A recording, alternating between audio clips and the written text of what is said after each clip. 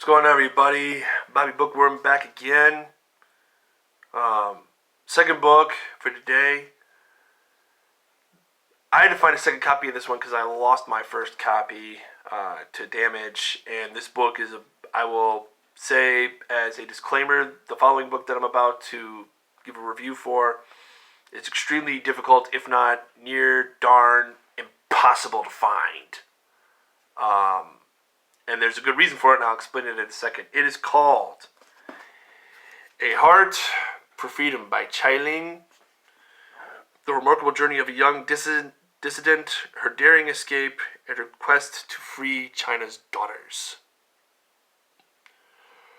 Oh, this is a big one. If you don't know who Ling is, to give you some background and why she's referred to in this book as a young dissident, she is the founder of the organization All Girls Allowed. And she was one of the dissident leaders who did something that is unheard of. Take a look at this picture in the center. That is her standing up with a bullhorn in her hand. That's her standing up. This is Tiananmen Square. 1989. She was one of the de facto leaders of the Tiananmen Square protests. And today is one of, if not the most wanted woman on China's most wanted list of people. I don't know if she's the most wanted person in all of China, but I don't think it's far to say that she is the most wanted woman. She now lives here in the States because she cannot go back to China. She can't. If you know about Tiananmen Square in 1989, I'm old enough to remember that, even though I was still fairly young. Even though I was a kid, I'm still very much old enough to remember to seeing movies about it, to seeing the actual footage itself, and all of that. And she really goes to work on this country in terms of their one-child policy, which supposedly now it's a two-child policy, but she also makes a point of saying it's different if you live in the city with regards to how bad they enforce it, with regards to the country in terms of how they enforce that policy.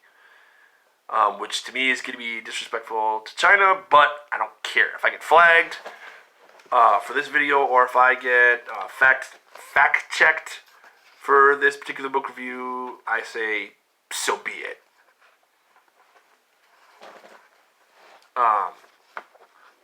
But yeah, it says in the back of the book that she was a key student leader in the 1989 Tiananmen Square movement.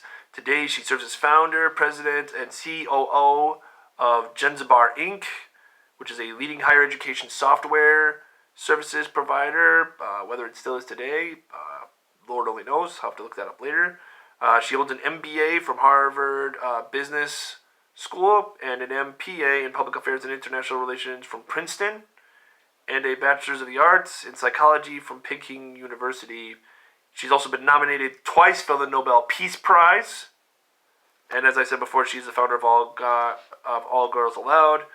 And in regard to the injustice of the one-child policy, it's a book club edition that I have here. Like I said, this book is near impossible to find. If you do find it, God bless you, because this is a book that you're not just going to find any old where.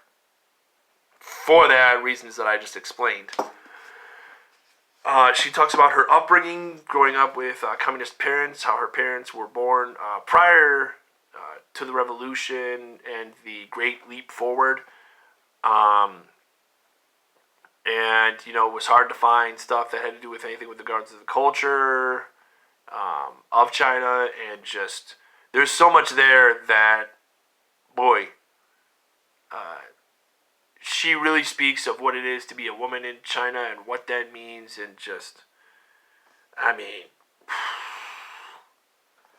also if you're a person of faith, how she escaped, because she ended up coming to the West as a refugee.